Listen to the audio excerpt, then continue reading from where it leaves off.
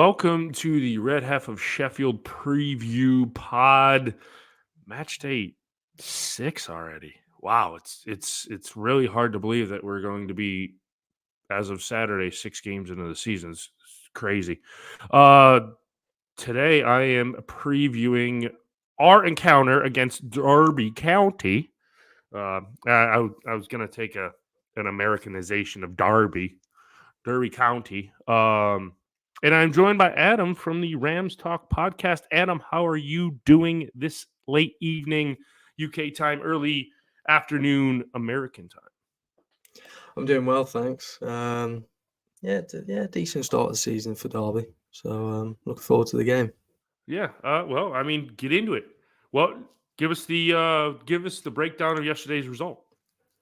I think it was similar to how we played in the game before, which was quite refreshing. Some good link-up play for the goal down the left-hand side. Tidy finish into the back of the net with a square ball across the face of goal. Defended well, which is something that's been a staple of our side under Paul Warne, defensively solid. And we saw the game out against probably what is a poor Cardiff side so far the start of the season. So can't take too much from the game in terms of the result. It's not a huge one, but it's a valuable 3 points against a team that probably going to be in that relegation battle that we'd expect as a newly promoted side. So good result for us, another 3 points, and back-to-back victories is always positive with the tough games that we've got coming up away from home. Yeah, very true. Obviously, the aim is to stay in the championship this season for Derby. But what is your realistic goal aside from staying in the division? What is your realistic goal for Derby this season? Like mid-table? I'd hope so. I think at the start of the season, even before we got beat by Blackburn on the opening day, it was just to stay up and consolidate somehow, whether it be on goal difference on the last day or something along those lines. But I think now we've seen how good of a performance we can put in. Probably the benchmark being that Bristol City win, the 3-0 win. It's style of football that I've not seen under Paul Warne in the 2 years that he's been here. So hopefully towards that mid-table region, I think we've got a good enough 11 and bench now to achieve that. It's just got to be hopeful that they stay fit and the performances we can keep putting in. But I think really the biggest test for us in terms of achieving that will be our away form, because we've seen how good we can play at home. Obviously, like I mentioned, that victory and then the one yesterday, but we've not really been able to test how good we can be away from home yet.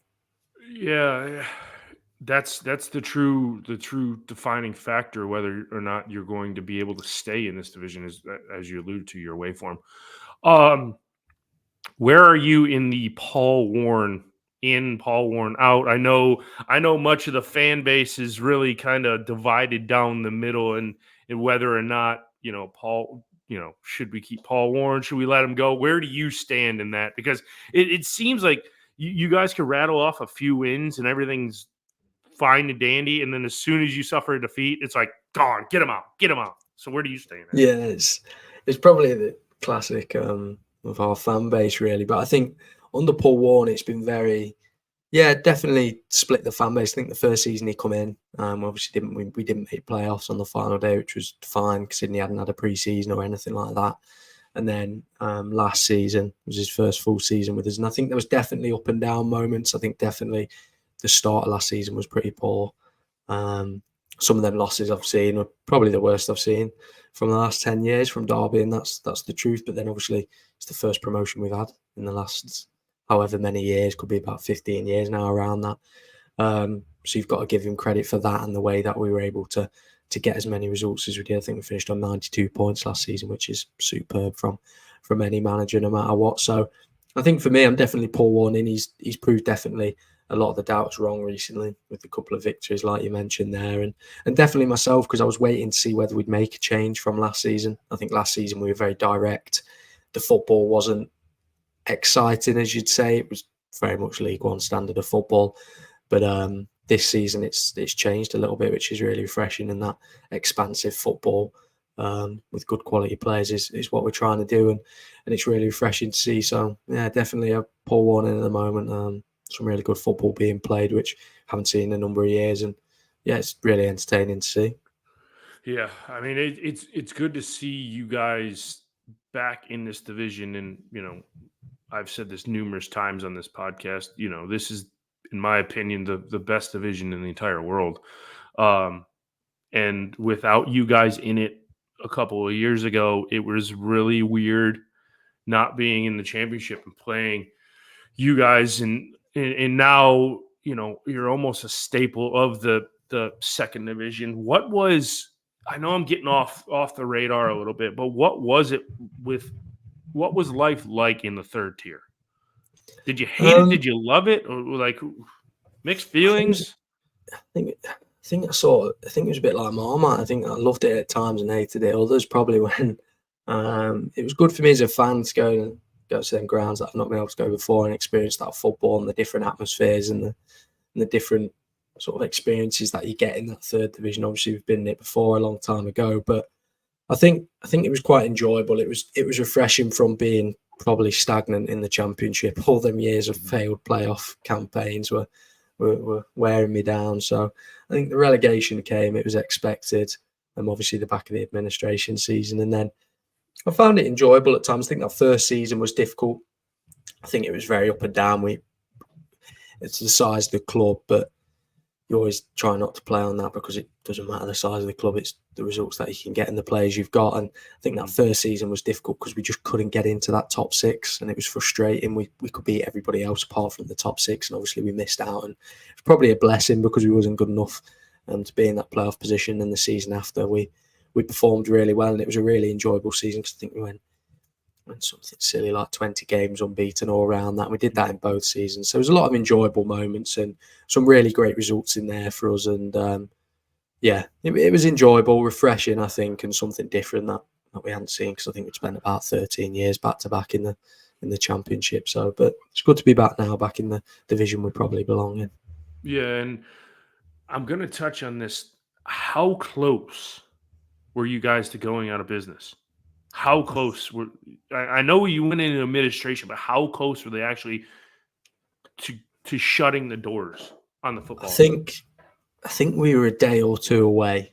I don't think it was hours or minutes. I'm not completely sure if I can cast my mind back, but I think it was a day or two away when local businessman David Clowes stepped in and bought the club. I remember it was the summer and the days were ticking down and it was getting very nervy, but he stepped in and bought the club. We'd had a few people interested that didn't come to fruition, but yeah, I think it was a day or two away, probably a day or two away from it. It was very close.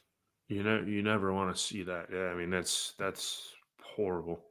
But just some of the owners. I mean, even Sheffield United's owners a little bit clueless at the moment right now. So when it comes down to Saturday, how's it go? 5, 6, 7-0 Derby. I think most fans are probably optimistic we can get a point at Sheffield United, me included. I think when you look at it on paper, Sheffield United, obviously one of the best teams in the division this season, obviously coming down from the Premiership, but a lot of that quality is in there. It's just about finding that form and going to Bramall Lane. Hasn't been the best place for Derby in years gone by in the Championship. I look back when Sheffield United first came up, 3-1 loss, and the year after that, 3-1 loss again on Boxing Day. And then I think it was a 1 or 2-0 loss when we got relegated from the division that season. So I think I take a point. I'm totally honest. I think it'll be interesting to see how we play because we do have a plan B now and we play different football, but I think we will go into that very defensive Derby County way of direct football and counter-attacking because I think if we try to go man for man with Sheffield United and the team that you've got, I think you'd probably beat us, being totally honest. So I think for us, it's about being defensively solid, using the set pieces that we know we can be so good at in the air, and trying to see if we can get a point from the game.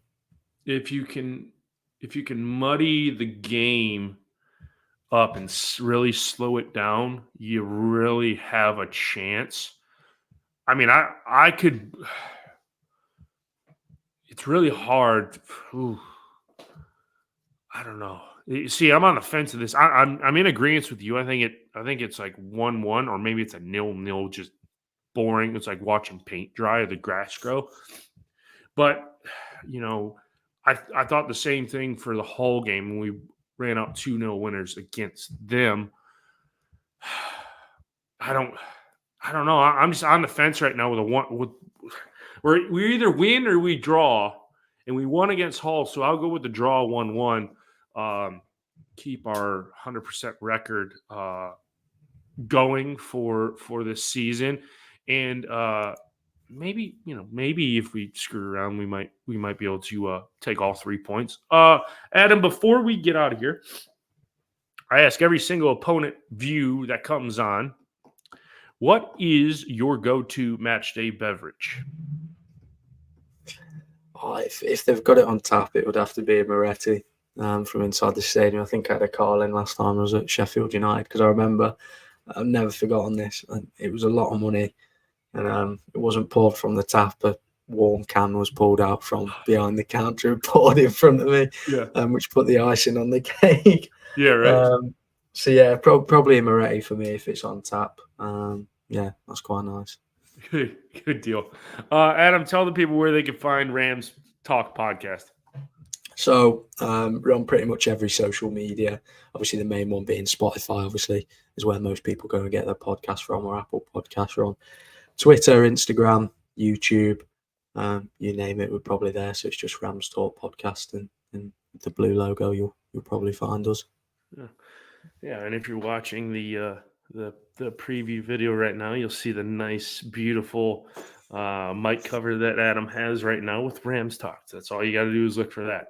If you haven't done so, Red Half of Sheffield on Twitter, Red Half of Sheffield on Facebook, YouTube, anywhere. You can find us anywhere. Everybody that's in this knows where we are. Until Saturday, when we face Derby County, I will leave you with Up the Blade.